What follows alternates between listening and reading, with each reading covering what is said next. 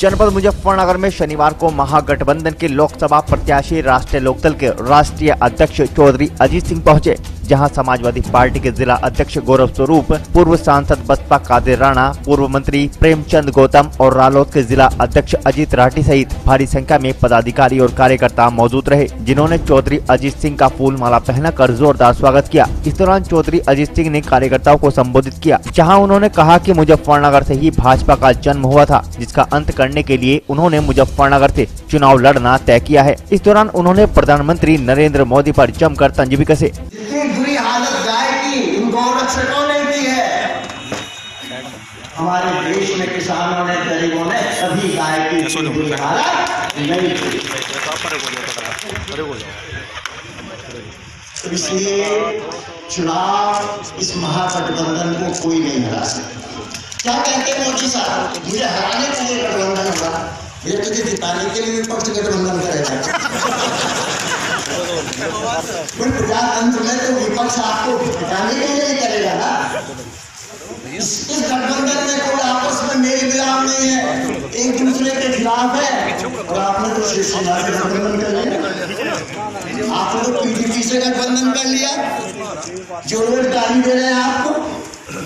तो इसलिए घबरा रहे हैं मोदी साहब, घबरा रहे हैं, चेहरे से साफ नजर आ रहा है, वो चमक नहीं रही है, वो जोश नहीं है, लेकिन ये भट्ठा देने देखने अहम बहुत है, अहम बहुत है।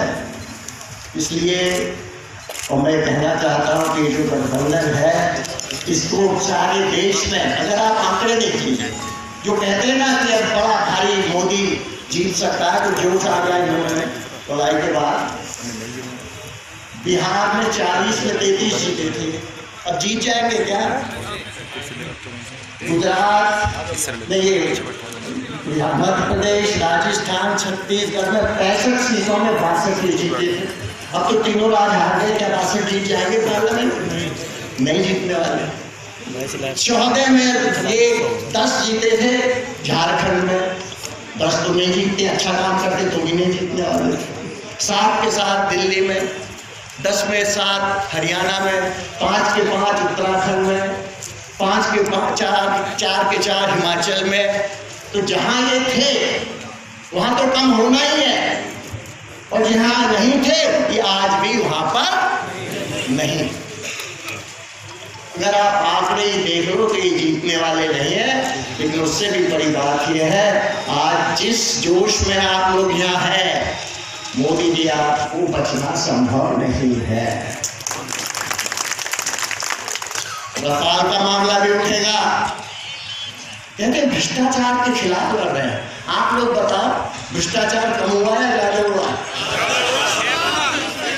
इनका मंत्री कहता है, यूपी का इनका मंत्री कहता है, जो काम पहले 5,000 में होता था 30,000 में होता। कहता कि नहीं कहता? तो भ्रष्टाचार बढ़ गया। इतना पैसा मोदी जी ने इकट्ठा कर लिया, हर डिस्ट्रिक्ट में अपनी बिल्डिंग खड़ी कर। और 40 साल में कहते कांग्रेस कुछ नहीं कर पाई, कि 40 साल में कांग्रेस दिल्ली में अपना ऑफिस नहीं बना पाई, मोदी साहब ने 5 साल में 7 सितारा होटल जैसा अपना। तो पैसा कहाँ से आया? ऐसी जगह नहीं दिखाई देती कि सभाओं में सजा हुआ होता है मंच, ऊपर से नीचे तक, वो पैसा कहाँ से आया? प्रधानमंत्री ने कभी सरकारी फंक्शन में दूसरी पार्टियों को गाली नहीं दी।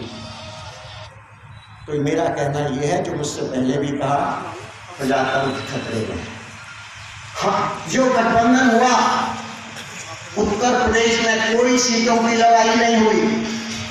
हमें बड़े, हमारा लक्ष्य दूसरा, हमारा लक्ष्य देश के प्रजातंत्र को बचाने का, देश के कॉन्स्टिट्यूशन को बचाने का। और मुझे लगता है कि खाली उत्तर प्रदेश ही मोदी को खत्म करने के लिए काफी है।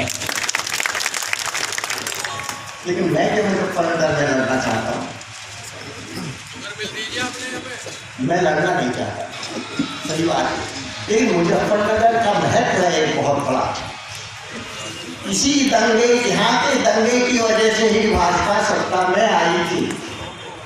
और साल भर से घूम घूम के मैंने पूरा भाईचारा बनाने में अपना साल लगाया है और इसी मुजफ्फरनगर से भाजपा को दफन कर जिसमें प्रति व्यक्ति आय सबसे ज्यादा मुजफ्फरनगर में थी। सबसे ज्यादा ट्रैक्टर देश में मुजफ्फरनगर में बिकते थे। सबसे ज्यादा फैक्ट्री ग्रामीण क्षेत्र में मुजफ्फरनगर में थी 87 स्टील तक बनाते थे यार। और दंगे का क्या नतीजा हुआ? सब फैक्ट्री बंद हो गए, मिस्त्री बेकार हो गए, मजदूरों का काम खत्म हो गया, किसान अपने खेत में जाने से डरने लगा, जमीन का दाम खत्म हो गया। मुजफ्फरनगर को बर्बादी के कगार पे दंगे ने पहुंचा दिया। इसलिए मुजफ्फरनगर से मैसेज देना है, यहाँ सन 47 में दंगा नहीं हुआ, सब 92 में दंगा नहीं हुआ, अब आगे कभी यहाँ दंगा होने वाला नहीं। क्योंकि बिना भाईचारे के अगर आप रहोगे तो तरक्की करने वाले नहीं हो। मुजफ्फरनगर ने ये साबित कर दिया। तो इसलिए मुजफ्फरनगर का महत्व बहुत है। अभी तो मैं अपने रहने की जगह ढूंढ रहा हूँ और अगर आपने मुझे भेज दिया दिल्ली तो मैं परमानेंट जगह भी ढूंढूंगा।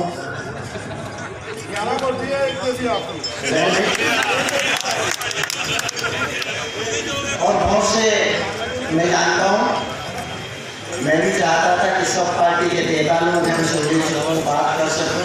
मैं यहाँ रहूँगा और मैं 30 साल से राजनीति में हूँ, 27 साल एमपी भी रहा हूँ, 30-32 साल में मिनिस्टर भी बहुत बार रहा हूँ। मेरे दरवाजे पे कभी पुलिस का पहरा नहीं रहा। मेरी कार के आगे कभी पुलिस की फटू वाली कार नहीं चलती है। तो इसलिए आप सब मुझसे जो भी मिलना चाहे उसको मिलना है। मैं किसी को मना करने वाला नहीं है।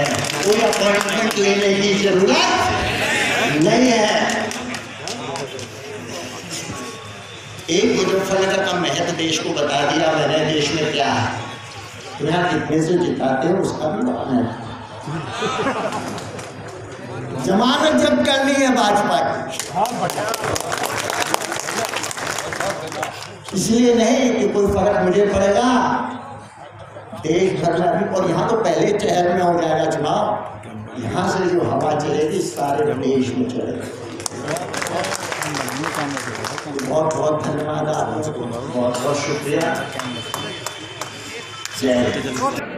प्रति व्यक्ति आय यहाँ सबसे ज़्यादा थी देश भर में। यहाँ पे सबसे ज़्यादा ट्रैक्टर थे, सबसे ज़्यादा फैक्ट्रीज थी, स्टील तक बनाते थे लोग, रोजगार था सबको। दंगे ने सब नष्ट कर दिया। तो ये नतीजा होता है दंगे का। और ये भाजपा ने ही दंगा कराया और वो अभी भी दंगा ही कराना चाहते हैं। तो सारे देश से यहाँ से मैसेज जाएगा, दंगा कराओगे तो तुम्हारी आर्थिक स्थिति खराब होगी। दंगे के बावजूद मुजफ्फरनगर काफी 20 साल पीछे चला गया। आपकी बात सही है, 20 साल पीछे चला गया। कश्मीर में भी दंगा बीजेपी कराने की बात है। देखिए, कश्मीर और जो हुआ है पिछले 2 हफ्ते में, मैं यही कहना चाहता हूँ, सारे देश की जनता हमारी आर्म्ड फोर्सेस के साथ है, एयरफोर्स के साथ है। उन्होंने अपना शौर्य दिखा दिया है। उसको किसी को उसका इस्तेमाल नहीं करना चाहिए। जैसा मैंने यहाँ भी कहा, सन 65 में भी हुआ, 71 में भी हुआ, 99 में भी हुआ। किसी प्रधानमंत्री ने लोगों को बांटने की कोशिश नहीं की। उन्होंने लोगों को इकट्ठा किया। देश में संकट के समय सबको इकट्ठा होना चाहिए। लेकिन मोदी जी घूम घूम के जो इनके साथ है वो देशभक्त है, इसका क्या मतलब है? मुझे वोट दे दो इस आधार पर। तो इसलिए ये ठीक बात नहीं है। और आप जो आपने 5 साल में किया है उसके मुद्दे पे आप चुनाव लड़ें। 5 साल में आपने क्या किया है वो जनता को बताएं। प्रजातंत्र में यही होता है। सरकार ने जो 5 साल किया, जनता तय करती है कि इनको वापस लाना है कि नहीं लाना है। तो इसलिए मोदी जी को वही रास्ता अपनाना चाहिए। और इसीलिए मैं कहता हूँ कि मोदी जी के रहते हुए प्रजातंत्र को खतरा है। देश के सब इंस्टीट्यूशंस उन्होंने बेकार कर दिए। आज लोगों को विश्वास नहीं है कि उन्हें न्यायपालिका से न्याय मिलेगा। सीबीआई से ठीक इन्वेस्टिगेशन होगा। सब आंकड़े नकली हैं। एनएसएसओ कुछ कहता है बेरोजगारी बढ़ गई, ये मानने को तैयार नहीं। किसान की आय कम हुई है, ये कहते हैं 2022 में दुगनी कर देंगे। कैसे करेंगे ये नहीं बताते। भाई सुभाष चंद्र बोस ने कहा था तुम मुझे खून दो मैं तुम्हें आज़ादी दूंगा। मोदी जी कह रहे हैं तुम मुझे वोट दो मैं तुम्हें 2000 रुपये दूंगा। तो ये चुनाव लड़ने का ये तरीका नहीं है। प्रजातंत्र में ये नहीं होता। आप अपनी नीति बताइए, जो आपने 5 साल में किया है वो बताइए, और फिर जनता तय करेगी। विपक्ष इकट्ठा हो रहा है मुझे हराने को, तो भैया तुझे जिताने को इकट्ठा हुआ क्या विपक्ष? विपक्ष का काम क्या है? ये गठबंधन गलत है। वहाँ आपने किस किस से गठबंधन कर रखा है?